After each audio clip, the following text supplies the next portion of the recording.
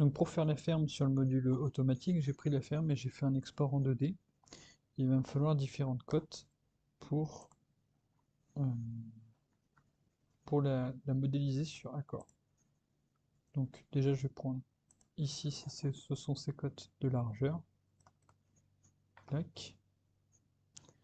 Ensuite je regarde Accord ce qu'il lui faut. Donc là on vient de prendre celle-ci. Ah non, faut que je la modifie au-dessus. Et celle-ci. Ok. Donc par exemple pour modifier cette cote 7,7, hop, je vais sélectionner ça et je retire celle-ci. Je viens sélectionner ça et je retire celle-ci. Clac. Ok. Ensuite, il y a celle-ci, celle-ci, celle-ci et dessous. Ok. Donc, ça fait vertical ici, ici, ici et dessous. Clac. Et là, je peux me mettre modifier sum, distance plus sum. Voilà.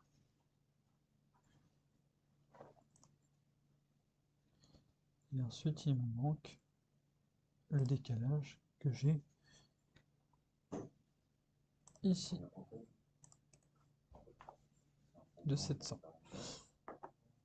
Plus, hop, cette cote-là.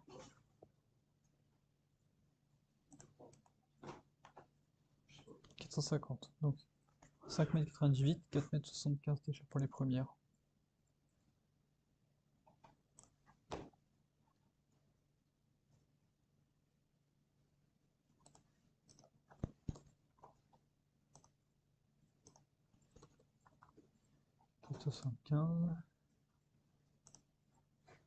Ensuite, J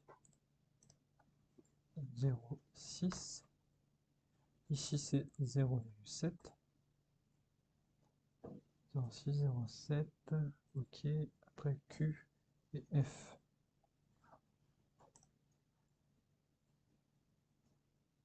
Donc, Q, c'est ce point-là.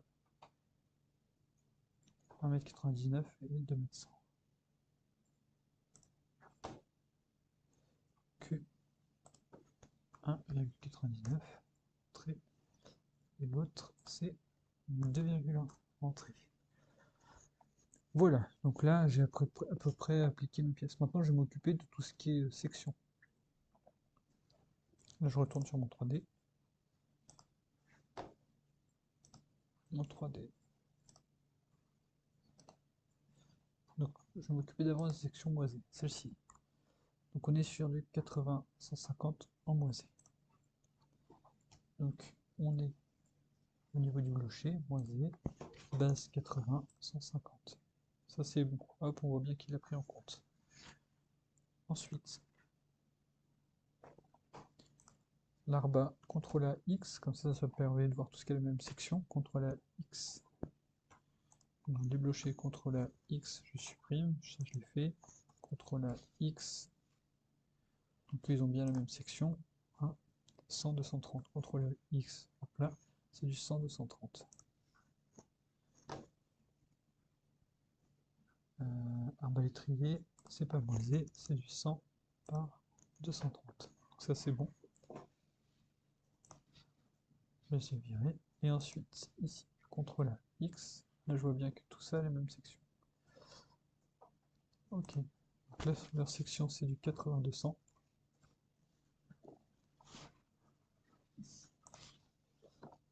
Donc, entrée retoussée, 80 par 200, ok. Poinçon, non. Béquille, 80-200, ok. Blocher, ça c'est déjà fait. Et maintenant il me reste contrefiche et poinçon. Contrefiche, 80-100, poinçon, 180-180. Donc, contrefiche 80-100, poinçon, 180, 180. Donc on est sur du chêne chaîne, on va classer des 30, qui est plutôt vieux, qui a eu le temps de sécher. Donc là, je suis bien. Petit détail, ici j'ai un entrée qui n'est pas moisé. Donc il faut bien que je décloche sur mon entrée retroussée. Hop. Il faudrait que je décoche la moise. Sauf que le souci au niveau de accords dans ce module, où on a des fermes prédéfinies, c'est qu'il n'a pas forcément les assemblages pour bien gérer cette partie-là, cette entrée, parce qu'il n'est pas moisé. Donc moi dans mon cas, je vais laisser les mêmes entrées, sauf que je vais le compter comme si c'était en double. Donc ça sera 80-100 doublé. J'active le calcul. Ça me permet juste de voir, comme ça, de faire un premier calcul pour voir si ça semble à peu près cohérent. Mais tout ça, ça s'affine en réglant son chargement. Donc là, vous avez le chargement. Donc j'ai fait suivant là-haut. J'arrive ici à une bande de chargement comme on peut le voir là, que je peux retrouver hop, ici, lorsque j'en viens à mes fermes.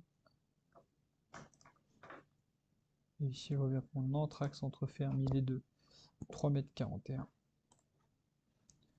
Donc ma bande de chargement ici, je mets 3,41. Et voilà. On va pas s'occuper pour le moment des charges transmises par les pannes, on va tout mettre en charge répartie. Donc 3,41 m, j'ai mis ma bande de chargement, ou bien qu'on peut à nouveau recalculer. Dès qu'on va changer une donnée comme ça, il faudra la recalculer. Ensuite, je fais suivant. Là, je peux rajouter ma toiture, 0,54, sachant que ça, c'est uniquement mes charges de toiture sur le chevron compris, mais je peux aussi rajouter les charges liées à mes pannes, comme on a ici. Donc par exemple, mes pannes, je vais regarder leur section, et c'est du 80 par 200 espacé de 1,40 m.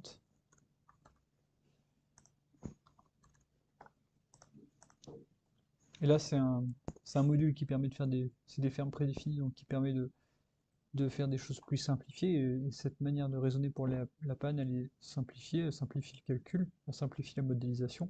Elle n'est pas forcément vraie sur le plan mécanique, parce que l'effort de panne, l'effort transmis par les pannes, il se répète pas assez pour qu'on puisse considérer que c'est une charge répartie. Mais c'est une simplification qu'on va prendre pour ce calcul.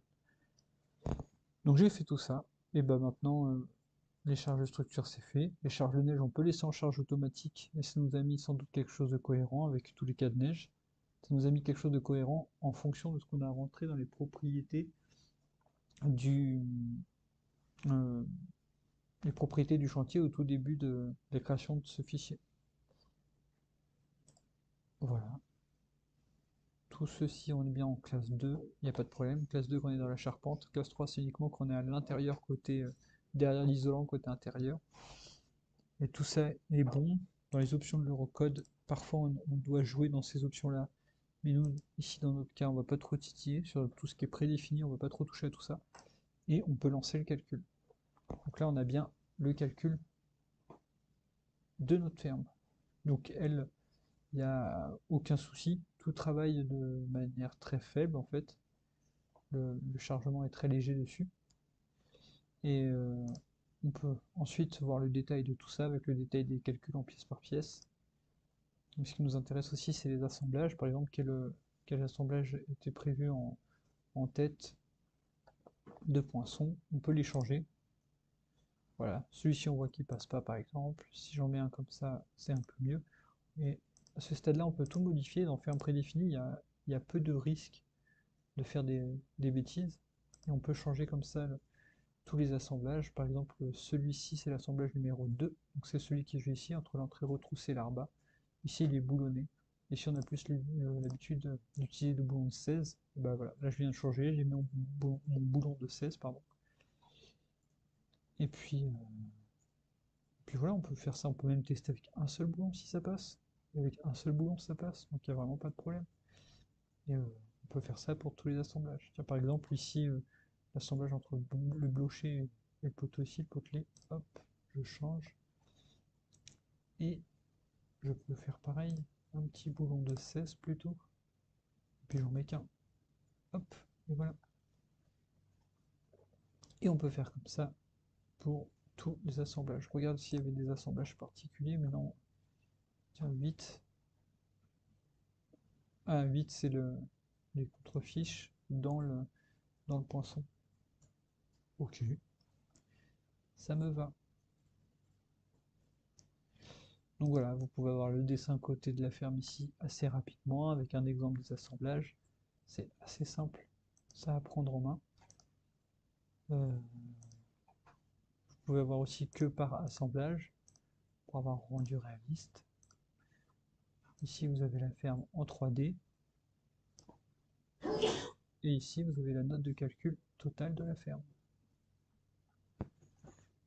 Voilà, j'en ai fini. Pour imprimer cette note de calcul, vous pouvez soit l'exporter en Word ici, soit l'exporter en PDF là. Et ça sera tout pour cette vidéo.